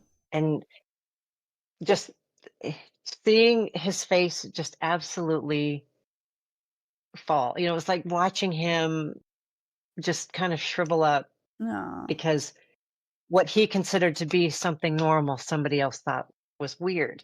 And again, this is an area where I wish you could just, I wish that was, I just wish I could do away with that. Have the one kid say to the other, that's so interesting. Why do you do yeah. that? Or, just rephrase that and get rid of this word weird, because Mhm, weird just seems so negative when weird is really just different. mhm. And different is not bad. Different is not bad. Different is different. So I have my next book, which will come out eventually, is called My Crummy Guide to Being Different. And I'm going to take on this whole notion of let's do away with weird, because I don't like weird. Yeah. I don't know. I don't like the sound of the word because Mhm. yeah. So that would be, if I could do away with something, I wish I could have done away with that whole scenario for that poor kid, because it made me feel sad. That's one of those times where I just wish a different one chosen, and we could, Yeah. instead of saying things are weird, just say, okay, well, you do things differently. Mhm. And that's okay. It's just different. It's not weird. Yeah. Go back to that So curiosity again. back to curiosity. Curiosity is the key. Mhm. It really It is. It really really is. is. Well, I'm going to open it up to any more community Q&A. If you guys have anything you want to ask of Shannon, feel free to pop it into the chat. We'll make sure to address it. And Shannon, I'll just give you the floor for a minute. I'm going to go ahead and post your socials one more time so that folks can find you and connect with you. And while I'm doing that, if there's anything you want to throw out there as far as more recommendations or different resources or anything we didn't cover that you want to talk about, I will just give you the floor for a little bit. All right. Well, I so appreciate having this opportunity to talk a little bit about who I am and what I do. I really encourage, if you are parents, to take a look at my socials and see some of the things that I post. I try on my socials, I really try to post a lot of, I say advice, it's not necessarily advice. I post things that I think are great tips and things for parents. One of which is I actually have the 4 steps to take if you determine that you are the parent of a mean girl. And Mm, that sometimes goes over very well and sometimes does not, but I think it's an important thing to actually put out there. And I was addressing a group of parents one night, and when I was talking about some of the problems that girls are having in school, and I said, we need to start having these kinds of conversations with our daughters so that they feel free to come up and talk to us. Uh, if they're not doing that, I said, you could have one of 2 problems. Maybe they are having problems with their friends and they're not telling you, or there could be that possibility that your daughter is the problem. She is the mean girl. And a couple of parents came up to me afterwards and said, thank you for saying that, because there was a particular parent in the room that we were hoping you would address. So, which I thought was kind of funny. But I rotate these kinds of things on my social medias. I rotate them through every so often because I get asked a lot. People will say, can you please go back and repost the 4 different things that you can do if you suspect that your daughter is the mean girl? And mm, it's essentially, you have to observe the behaviors. It goes through observing the behaviors and talking to them about it, and then um, actually suggesting some kinds of corrections to the behaviors. And it talks about how to do that, and even role playing different scenarios with your daughter and getting feedback from friends of hers. And all of these things, like I said, I'll be posting. And I if you go back into my social media, you'll find it, because it's not hard to find. And I'll post it to my stories quite often, or share it to my stories. But these are things that, as parents, I think you should always just kind of be on the lookout. It's good to know. It's good to know what to look for. And it's also good to know what to do if you find it. And just observe, observe, observe. The most important thing that you need to be doing is observing. mm. one of the things I love to tell parents, if you are the carpool person and taking kids from after school to, various extracurricular activities, whether it's athletic or otherwise, turn down your music and listen to the conversation. Just listen. If you want to know what's going on with your kids, it's not that hard to figure. You have to start listening, listen to the conversations, and I've heard so many parents who've said, I learned so much just by sitting quietly and listening to the kinds of conversations that my kid and her friends were having. And I did it all the time when I was leading. And they knew I was up there. I don't know if they thought I was listening or listening to my music, but they knew I was there, and it didn't stop them from having Yeah. conversations. So these are easy little hacks that I think most parents know. And I just think it's important to use whatever tools you can that are at your disposal, and pay attention, observe. And if you can find things on my socials or on my website, resources that will help you, that makes me very happy. And that's why it's there, because I'm hoping to create all kinds of resources for parents. So. Yeah. I like that. Got a couple of comments in the chat that I want to make sure that we get to. Kim, first of all, says, thank you both, and also says, volunteer in your kid's classroom so you know who your child is talking about. My daughter was upset in kindergarten because a girl said she wasn't her friend. My response was good. So yeah, she didn't know how to be a good friend. Yeah, that's a great point. Rose says, in my opinion, everyone is different in their own way. I absolutely agree. And Rose would also like to know, why is there so much stigma to being different? Oh, that's a very, very good question. See, Rose, if I could dive into my next book, and I actually have it done. It's just something I've had to shelve for now because I did my baking book. But I jump into this whole My Crummy Guide to Being Different is we need to change the connotation of the word different, because I think it's so important to be different. We need to celebrate the fact that we're different, because if we start teaching our kids, if we were all clones of each other, what a boring place this would be. This world would be so boring. It requires us being unique and being different to make it work. And I really think that we need to start trying to celebrate that with our kids more.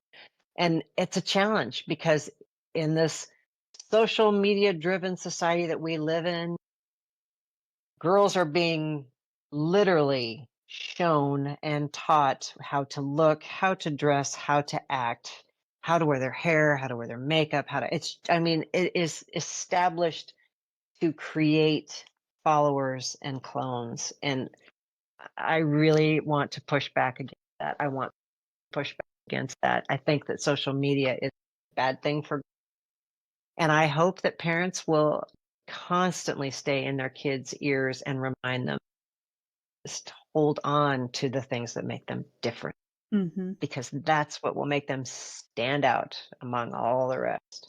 So yeah, celebrate the uniqueness. Go, Rose. I love it. And this ties into Quantum's comment as well, because she said, if called weird or any other word, the person would have to give value to the person saying it for it to be harmful. So it could be a self-worth issue. And I absolutely see where you're coming from, because my kids are self-proclaimed weirdos. Oh, so are mine. And they embrace it. And it's like, if someone calls my 11-year-old weird, he's going to go, yeah, of course. That's me. Right. And that's because they're in a household where celebrated and different has been. I wish that we're that way across all households, but unfortunately it's not.